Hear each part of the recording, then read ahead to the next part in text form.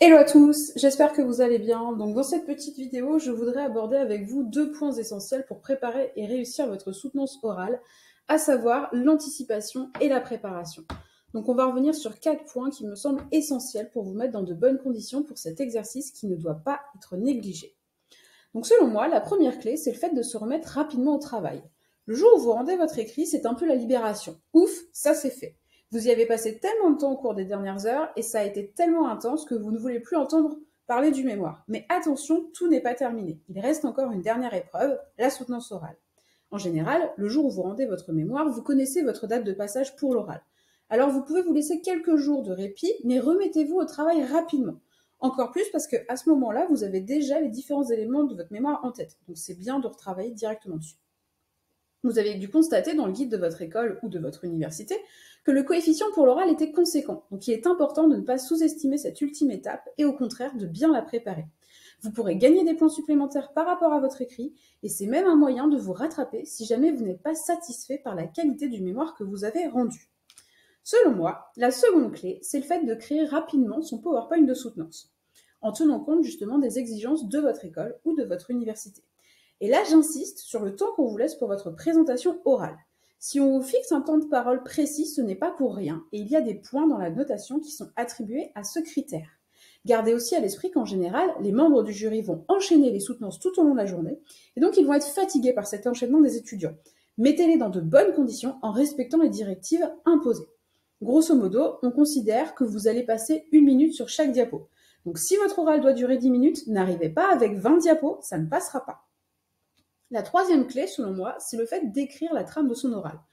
Une fois que vous avez rédigé votre PowerPoint, vous calez votre texte en fonction de ce PowerPoint. Et ensuite, vous prenez des notes sur ordinateur ou à la main, en rédigeant soit mot à mot tout votre texte, soit en vous faisant une liste de mots-clés.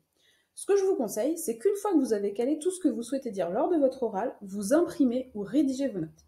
C'est essentiel d'avoir un support écrit pour préparer votre soutenance. Vous pourrez d'ailleurs l'avoir avec vous le jour de votre soutenance, le but étant bien entendu de ne pas le lire, mais vous pourrez vous appuyer dessus si besoin. Le fait d'imprimer ou de rédiger votre texte vous permettra d'ailleurs de mieux l'apprendre et de l'intégrer. N'hésitez pas à surligner au fluo, par exemple, les passages importants ou encore des éléments sur lesquels vous souhaitez insister. Pour ma part, j'ai plutôt tendance à parler vite, donc c'était encore pire quand j'étais étudiante, et j'avais pris l'habitude, en fait, à chaque oral, de flotter le début de mes phrases pour me forcer à modifier mon intonation de voix et mettre un petit peu plus de rythme sur ces zones-là, justement parce que je parlais très rapidement. Et donc, c'était le moyen que j'avais trouvé pour ralentir mon débit. Et donc, finalement, la dernière clé, c'est de s'entraîner, s'entraîner et s'entraîner. Vous répétez une première fois pour voir si votre texte est bien en adéquation avec la durée prévue de votre oral. C'est super important de respecter le délai qu'on vous donne et de ne pas le dépasser, au risque d'être coupé avant la fin et de vous rajouter un stress supplémentaire. Pour être certain que vous respectez bien le temps imparti, vous branchez votre chronomètre lors de ce premier essai. Vous pourrez ainsi voir si vous n'êtes pas trop long ou trop court et ensuite ajuster en ajoutant ou en enlevant des choses. Ensuite, je vous conseille de vous entraîner 1 à 2 fois par jour, au moins 3 ou 4 jours avant votre soutenance, de manière à maîtriser tout ce que vous souhaitez aborder sur le bout des doigts. Il faut que ce soit fluide et qu'il n'y ait pas trop d'hésitation. Vous pouvez répéter devant un proche ou un collègue pour bénéficier d'un feedback par rapport à votre clarté, à votre esprit de synthèse ou à vos tics éventuels de langage. Si vous êtes seul ou que vous ne voulez pas faire votre présentation devant quelqu'un, enregistrez-vous et réécoutez l'enregistrement pour vérifier ces différents points. Gardez à l'esprit que plus vous aurez répété, plus vous serez à l'aise. C'est un formidable moyen de diminuer votre niveau de stress et d'aborder plus sereinement cet exercice. Vous pourrez être ainsi souriant le jour de votre mémoire, dégager une image très confiante de vous pour convaincre les membres du jury. Surtout, essayez de ne pas préparer votre oral la veille pour le lendemain.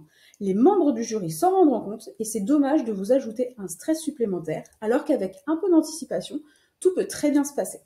Voilà, en espérant que ces petites astuces vous permettront de bien gérer votre oral, je vous souhaite une belle soutenance et surtout, prenez soin de vous.